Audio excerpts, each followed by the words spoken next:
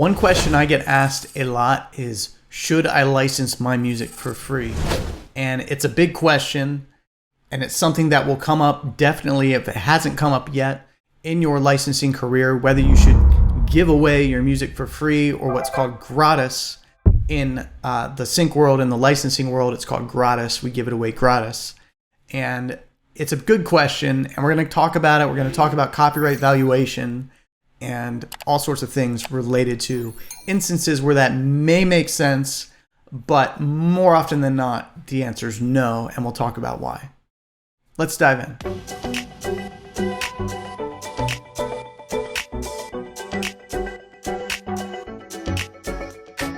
Welcome to the License Your Music podcast, where I'm here to give you all the tools you need to license your music to TV, film, commercials, video games, trailers, and more, so that you can earn passive income and obtain creative freedom.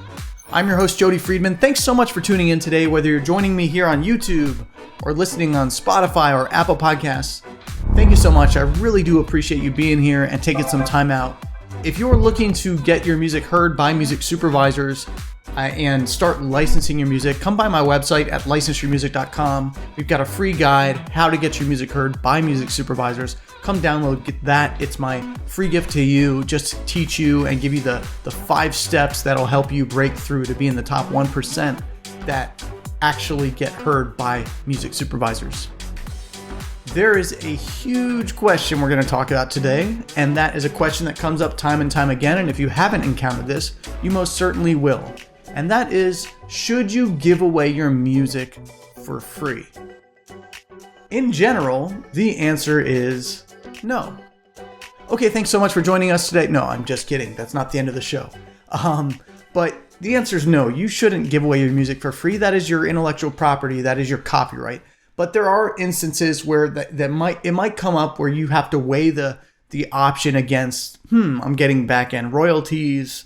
Should I give it away for free? Should I not? In fact, my first license that I ever did was a free license. There was no upfront money. There were no license fees.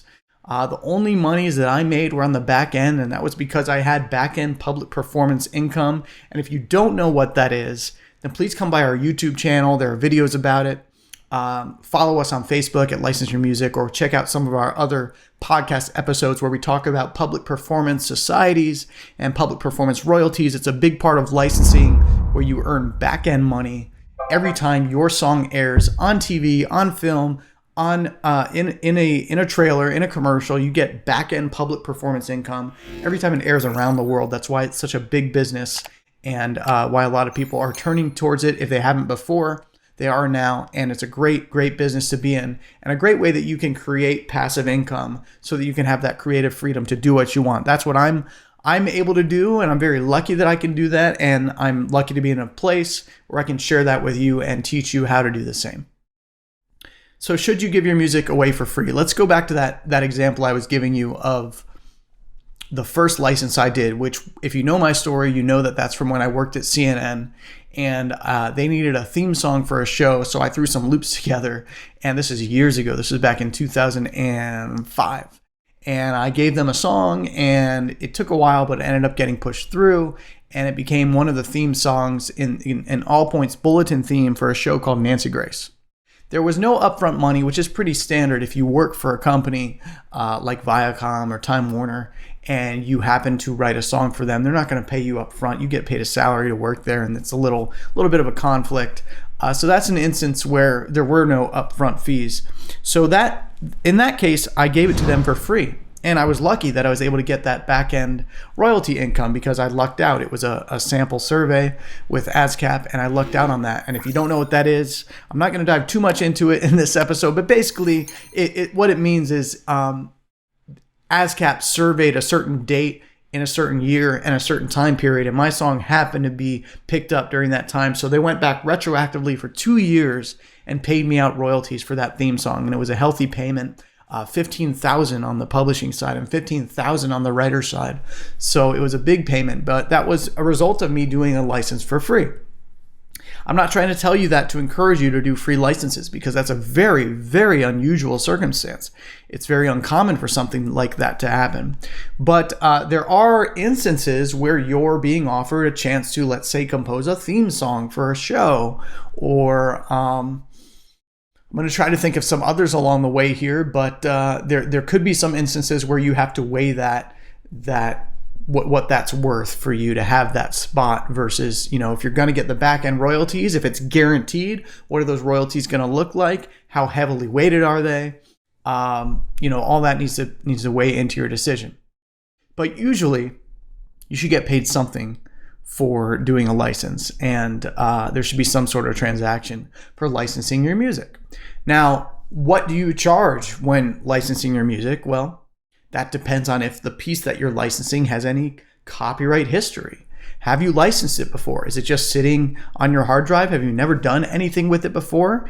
In that case, the market has to dictate what the license fee is, the terms and the market, the terms of the deal. And that's what a licensing rep can do for you. They know the market, they know those terms. A licensing rep or a library or a publisher or a label, they understand all the ins and outs of that, and they can negotiate a fair market value for you.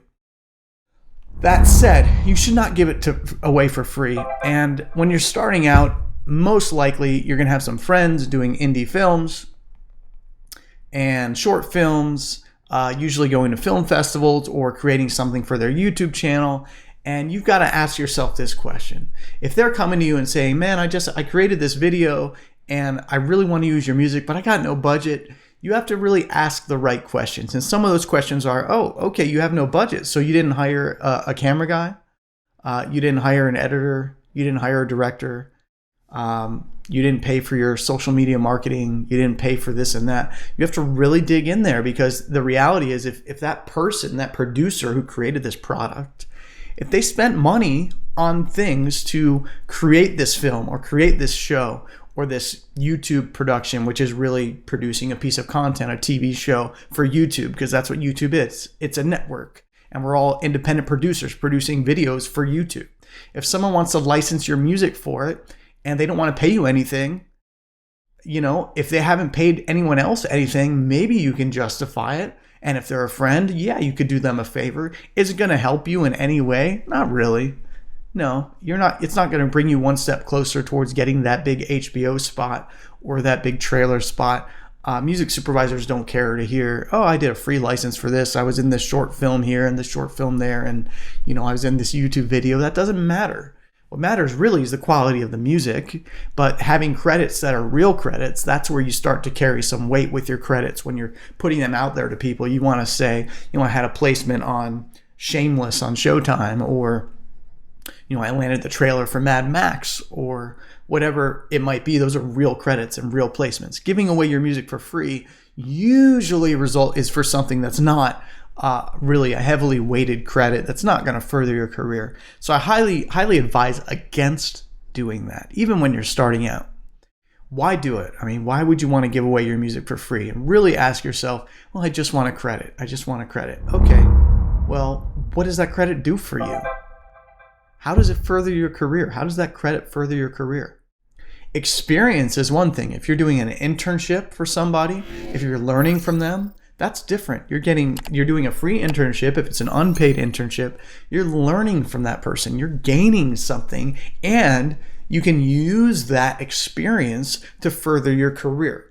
Giving away your music for free and just licensing it for free and not getting paid an upfront license fee, it's not going to likely do anything for your career, unless it's one of those situations I mentioned where it's like, you're just starting out and a big TV show comes to you and says, we want you to write the theme song for this show, but we don't want to pay you for it. So take it or leave it. Then you got to ask yourself, do you want to leave that or do you want to take it? If it were me, I would take it. But you want to be sure that they're telling the truth, that there really is no budget for licensing a song for that show. And the reality is, in a situation like that, more often than not, the production company is going to want to own the song. They're going to want to own the publishing on it. It doesn't mean you won't get writer share. You'll still get your writer share performance income, but they'll want to own the publishing and collect on the publisher's share. And that's pretty common for a TV show, to my knowledge, for a TV show that and I haven't licensed a lot of theme songs other than my own. And in the case of my own, they asked to own it, and I said no. But I had some leverage because I worked there, so I was able to do that. But they will ask, and that's where having a licensing rep or an agent to ask the right questions, working in your corner, that's where that's really valuable. So TV shows, no, you don't want to license your music for free. Films, no, you don't want to license your music for free. I've done it before. When I was starting out, I did a lot of gratis licenses. It didn't do squat for me. It really didn't. It didn't further my career. When I really started getting activity was when I started doing real deals with real licenses. And it doesn't have to be a lot of money. It's a sign of good faith. Like, hey, we have a really, really micro budget. We've only paid it, the other artists in this $500. We can really only afford to pay you $250 because it's all we have left. Then you got to weigh it out. Something is something. It's a show of, we value your music. It's this, if they don't pay you something, if they don't exchange money for your music, how do you know they really value it? Or they just wanting to do the deal because they get it from you for free? So it's, it's just the way of the world. Money creates value. And if you're getting paid for something, suddenly your music does have value. It creates actually a copyright valuation.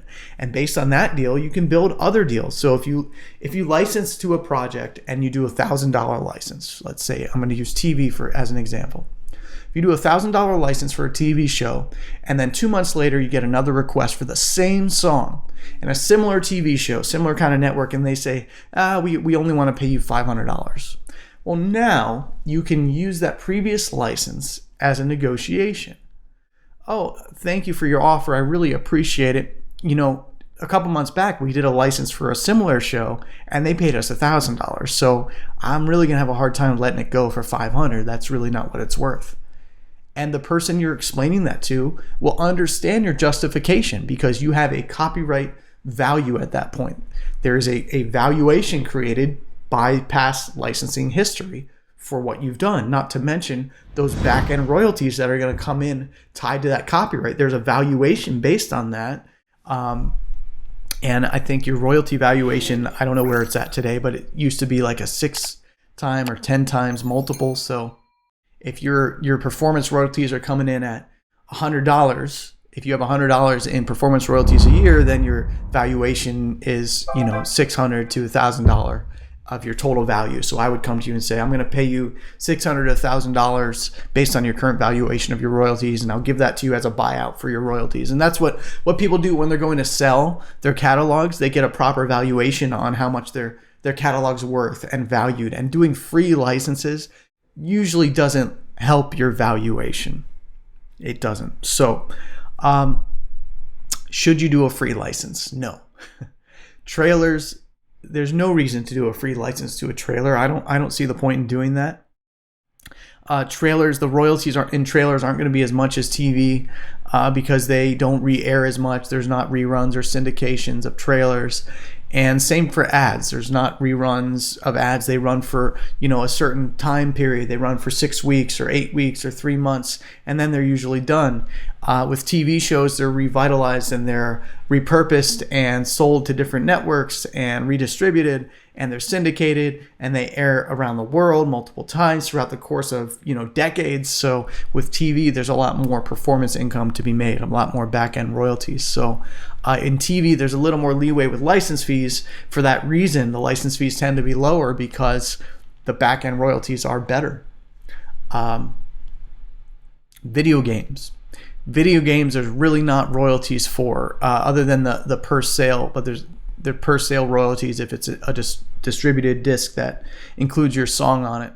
But as far as public performance royalties, which is what we're talking about, there's not really public performance income because everyone's playing it at their house.